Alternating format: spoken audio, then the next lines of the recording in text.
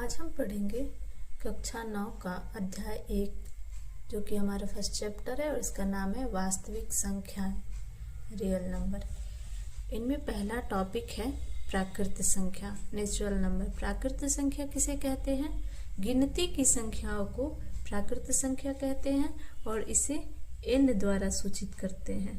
तो गिनती की क्या क्या संख्याएं हैं हमारी? 1, 2, 3, 4, 5 डॉट डॉट डॉट आगे इनफाइनाइट तक। इन संख्याओं को हम क्या कहेंगे? प्राकृत संख्या। हमारा दूसरा टॉपिक है पूर्ण संख्या।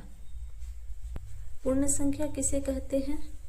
प्राकृत संख्याओं के समुच्चय में जब हम शून्य को शामिल कर दें तो वो पूर्ण संख्या कहलाती है। इसे हम W से सूचित करते हैं।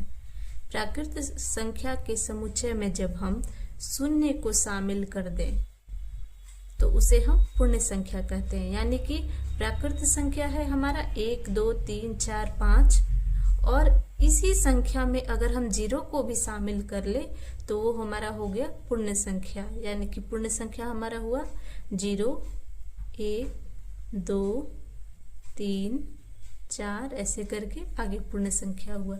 यानी कि हम इसे इस तरह भी लिख सकते हैं कि 0 के साथ ये हमारा हुआ प्राकृत संख्या। प्राकृत संख्या। अब यहाँ पे एक चीज हम देखेंगे कि हमारे पूर्ण संख्या के संग्रह में प्राकृत संख्या है। आप देखिए प्राकृत संख्या क्या है? 1, 2, 3, 4, 5। यहाँ पर भी है 1, 2, 3, 4 आगे भी है। तो पूर्ण संख्या के संग्रह में प्राकृत संख्या है, लेकिन प्राकृत संख्या के संग्रह में शून्य नहीं है।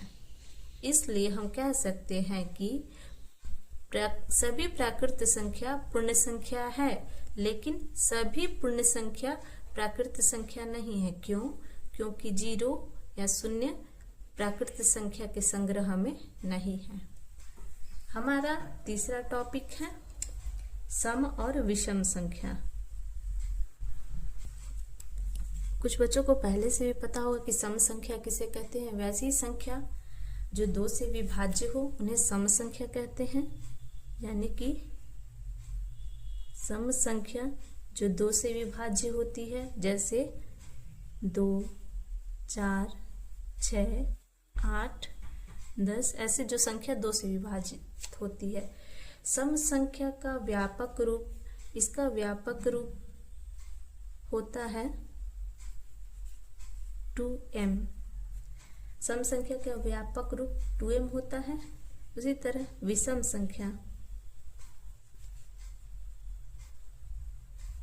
वैसी संख्या जो 2 से विभाजित नहीं होती हैं उन्हें हम विषम संख्या कहते हैं। जैसे 1, 3, 5, 7, 9, 11। और विषम संख्या का व्यापक रूप क्या होता है? विषम संख्या का व्यापक रूप होता है 2n-1।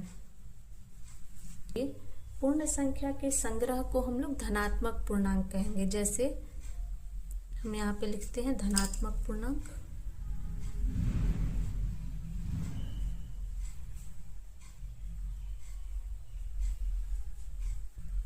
पूर्ण संख्या के संग्रह, पूर्ण संख्या के संग्रह कौन से? 1, 2, 3, 4, 5, 6 डॉट डॉट।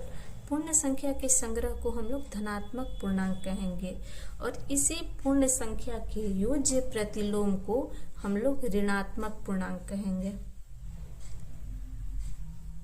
ऋणात्मक पूर्णांक किसे कहेंगे?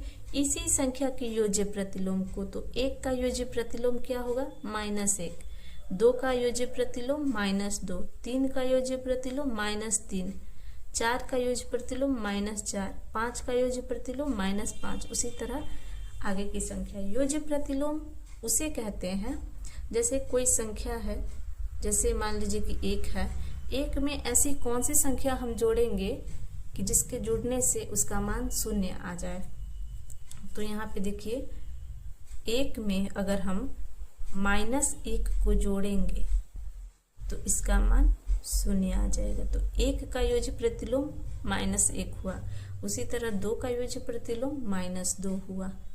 तो ये हुआ हमारा धनात्मक और ऋणात्मक पूर्णांक। भाज्य संख्या हम उसे कहेंगे जो एक और स्वयं के अलावा किसी तीसरी संख्या से भी विभाजित होता हो अथवा जिनका गुणनखंड 2 से अधिक हो। जो एक या स्वयं से अलावा किसी तीसरी संख्या से भी विभाजित हो, जैसे 4 किस किस संख्या से विभाजित हो सकता है? एक तो 1 से, 2 दूनी 4 होता है और 4 एकम 4 होता है। यानी कि 4 का गुणनखंड क्या क्या हो सकता है? 1 भी हो सकता है, 2 भी हो सकता है और 4 भी हो सकता है। यानी कि इसके गुणनखंड 2 से अधिक है। जैसे 6 हमारा 1 से भी कट सकता है, 2 से भी कट सकता है, 3 से भी कट सकता है और स्वयं 6 से भी कट सकता है। यानी कि जो एक और स्वयं के अलावा किसी अन्य संख्या से भी विभाजित हो, यहाँ पे आप देख सकते हैं कि 6 जो है 2 और 3 से भी विभाजित हो रहा है। यहाँ पर आप देखिए 4 जो है 1 और 4 के अलावा 2 से विभाजित हो रहा है। उसी तरह समझ लीजिए क्या ले सकते हैं, इसके बाद 8 ले सकते हैं। 8 को हम लोग 1, 2, 4 और 8 से विभाजित कर सकते हैं। आप देखिए 1 और स्वयं 8 के अलावा और 2 संख्याएं हैं। तो भाज्य संख्या वे हुई जो एक और स्वयं के अलावा किसी अन्य संख्या से भी विभाजित हो रही हूँ, यहाँ पे आप देख सकते हैं। उसी तरह अभाज्य संख्याएं हुई। अभाज्य संख्या वैसी संख्या जो एक और स्वयं के अलावा किसी अन्य संख्या से विभाजित ना हो, उसे क्या कहेंगे? अभाज्य संख्या कहेंगे। जो एक या स्वयं के अलावा किसी भी अन्य संख्या से विभाजित ना हो। जैसे क्या? 2 या तो 1 से विभाजित हो सकता है या तो स्वयं से। जैसे 3 या तो 1 से विभाजित हो सकता है या तो स्वयं 3 से। 4 तो हमारा भाज्य संख्या है। 5 या तो 1 से विभाजित हो सकता है या तो स्वयं से। 6 हमारा भाज्य संख्या है। 7 भी या तो 1 से विभाजित होता है या तो स्वयं से। जैसे 13 या 11 1 या 11। उसी प्रकार 13, 17, 19, 23। उसके बाद ऐसी और भी संख्याएं आ सकती हैं। हमारा अगला टॉपिक है धनात्मक और ऋणात्मक पूर्णांकों के लेखा चित्र, संख्या रेखा पर। तो हम क्या करेंगे? धनात्मक और ऋणात्मक पूर्णांकों के लेखा चित्र को संख्या रेखा पर दर्शाने की कोशिश करेंगे। ये देखिए, अब हम संख्या रेखा बना रहे हैं। ये संख्या रेखा थोड़ा सा टेढ़ा हो गया, आप लोग स्केल से बनाएंगे तो बहुत अच्छा बनेगा। इसके मध्य में एक बिंदु देते हैं, इसे हम O लिख देते हैं। इसके दाहिनी ओर समान दूरी पर हम निशान लगाते हैं। आप लोग स्केल से लगाइएगा और ये और भी आगे जाएगा। उसी प्रकार हम इसके बाईं ओर समान दूरी पर निशान लगाते हैं।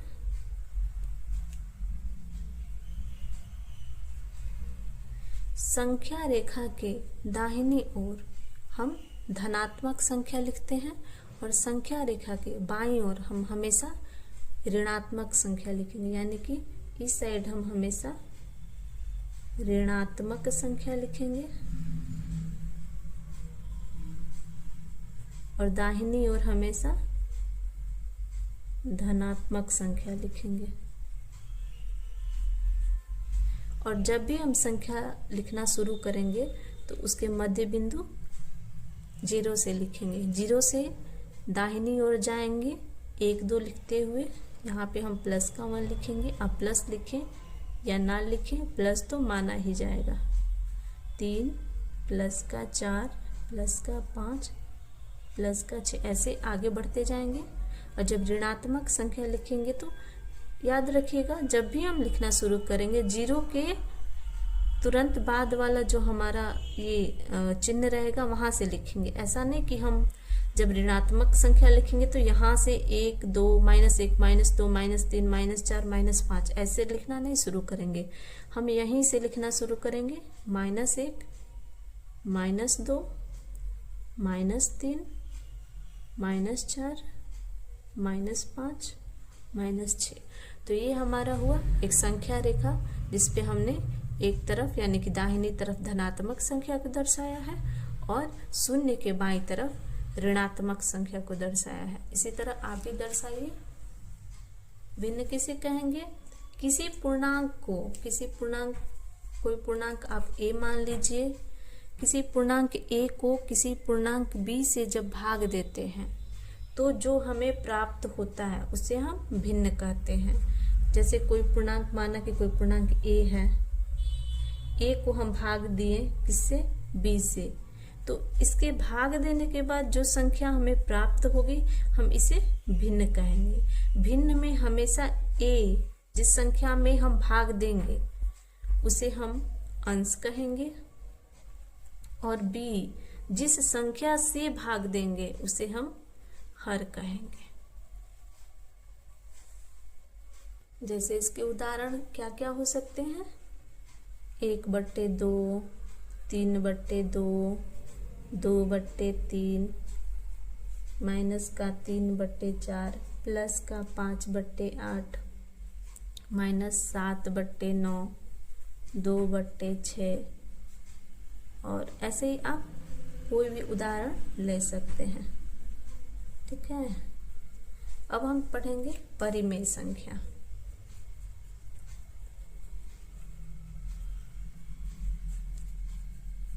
परिमेय संख्या, परिमेय संख्या एक ऐसी राशि है जिसे हम एक पूर्णांक को किसी दूसरे पूर्णांक से भाग देते हैं तो जो संख्या हमें प्राप्त होती है उसे परिमेय संख्या कहते हैं।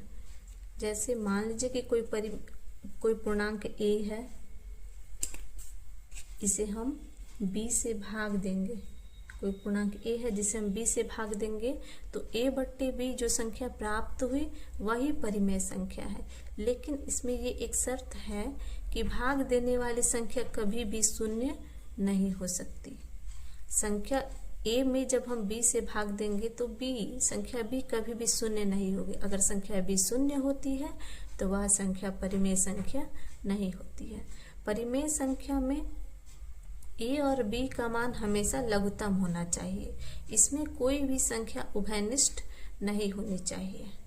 जैसे सभी पूर्णांक संख्या एक परिमेय संख्या है। जैसे पूर्णांक संख्या जैसे -3, -2, -1, 0, 1, 2, 3 यानी कि भाग में हम 1 लिख सकते हैं, 1 हम लिख सकते हैं। भाग में 1 लिखने से इन संख्याओं पर कोई असर नहीं होगा, इसलिए सभी पूर्णांक की संख्या परिमेय संख्या होती है। परिमेय संख्या का मान हमेशा लघुत्तम रूप में होता है, उनमें कोई भी संख्या उभयनिष्ठ नहीं होती है। यहाँ से हम एक चीज गौर करेंगे कि पूर्णांकों के संग्रह में 0 भी है, शून्य है और शून्य भी एक परिमेय संख्या है। कई बार बच्चे कंफ्यूज हो जाते हैं इसे देखकर कि b तो शून्य के बराबर नहीं है। तो आप ध्यान दीजिए कि b जो है वो तो हर में है, क्योंकि हर शून्य नहीं होना चाहिए। यहाँ पे अंश शून्य है। हर में तो एक धनात्मक संख्या है, आप चाहते हैं फिर ऋणात्मक संख्या या कोई भी संख्या ले सकते हैं। यहाँ पे एक संख्या है, इसलिए शून्य भी परिमेय संख्या है। यहाँ पे आप नोट में हमेशा याद रखेंगे कि शून्य भी परिमेय संख्या है।